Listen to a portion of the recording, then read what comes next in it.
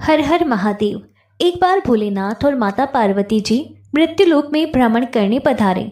दोनों विदर्भ देश में अमरावती नाम की सुंदर नगरी में जा पहुँचे। यह नगरी सभी प्रकार के सुखों से भरपूर थी। वहाँ बहुत सुंदर सुंदर शिवजी के मंदिर भी थे।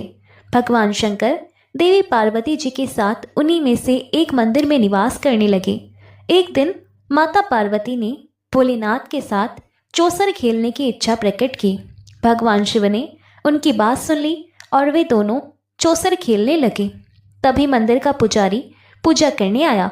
माता पार्वती ने पुजारी से पूछा, पुजारी जी बताओ हम में से कौन जीतेगा। पुजारी जी ने कहा, महादेव ही जीतेंगे। थोड़ी ही देर बाद खेल समाप्त हुआ तो विजय देवी पार्वती जी की हुई। माता पार्वती जी ने पुजारी से पूछा, बताओ पुजारी जी हम में से विजय किसकी हुई। तब पुजारी जी ने महादेव को ही विजय होने की बात बताई। यह सुनकर देवी पार्वती जी को पुजारी जी पर क्रोध आया और उन्हें कोढ़ी होने का श्राप दे दिया। कोढ़ से ग्रस्त पुजारी बहुत दुखी रहने लगे। एक दिन देवलोक की अप्सरा भगवान शिव की पूजा करने के लिए उस शिव मंदिर में आई।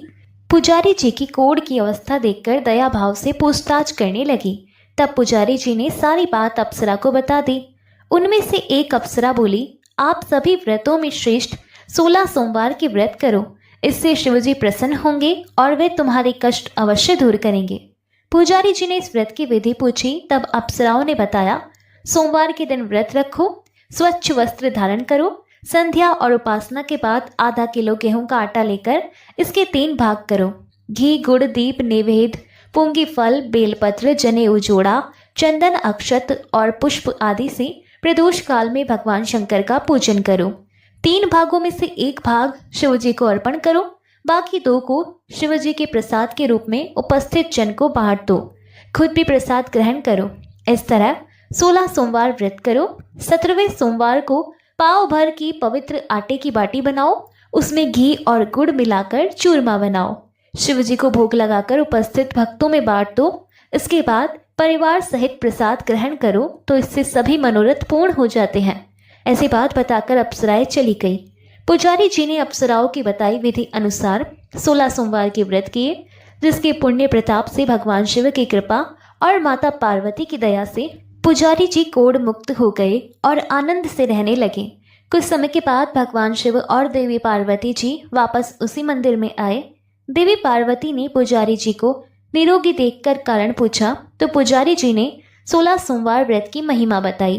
पार्वती जी खुद भी 16 सोमवार व्रत रखने के लिए तैयार हो गई और इस व्रत को करने से उनके रूठे हुए पुत्र कार्तिकेय जी देवी पार्वती जी के आज्ञाकारी हो गए।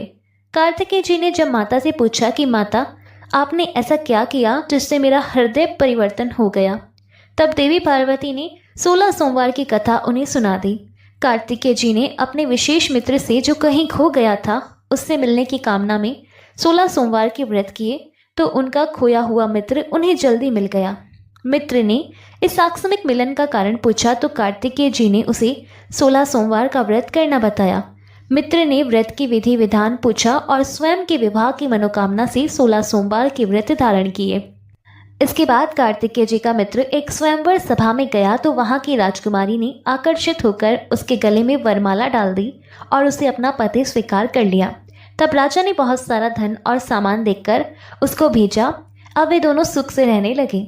जब 16 सोमवार के व्रत का उसकी पत्नी को पता लगा तो उसने पुत्र प्राप्ति की कामना से 16 सोमवार के व्रत किए। उसके कुछ समय बाद एक अति सुंदर, सुशील और बुद्धिमान पुत्र प्राप्त हुआ। जब वह बड़ा हुआ तो उसने अपनी माँ से 16 सोमवार के व्रत की गाथा सुनी। तब उसने भी राज्याधिकार प्राप्त करने के लिए 16 सोमवार के व्रत शुरू कर दिए।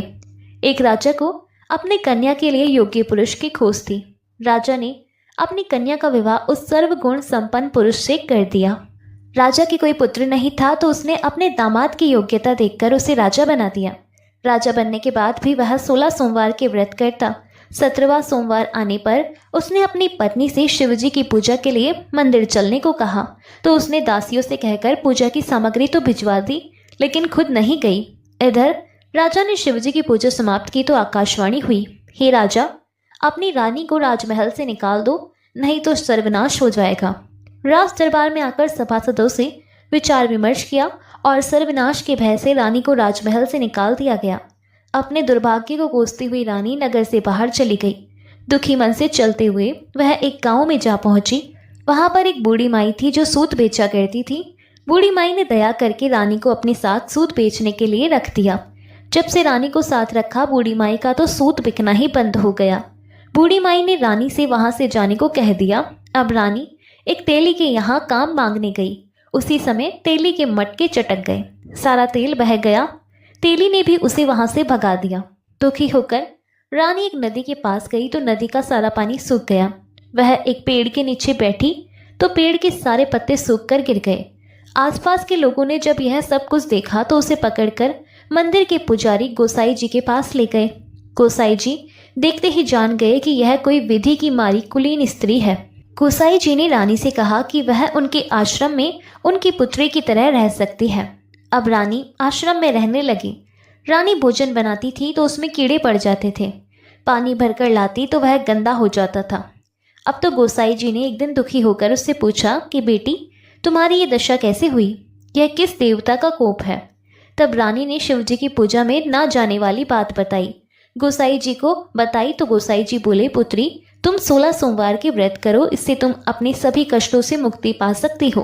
गोसाई जी की बात मानकर रानी ने 16 सोमवार के व्रत किए। 17वें सोमवार के दिन विधि विधान से शिव जी की पूजा भी की।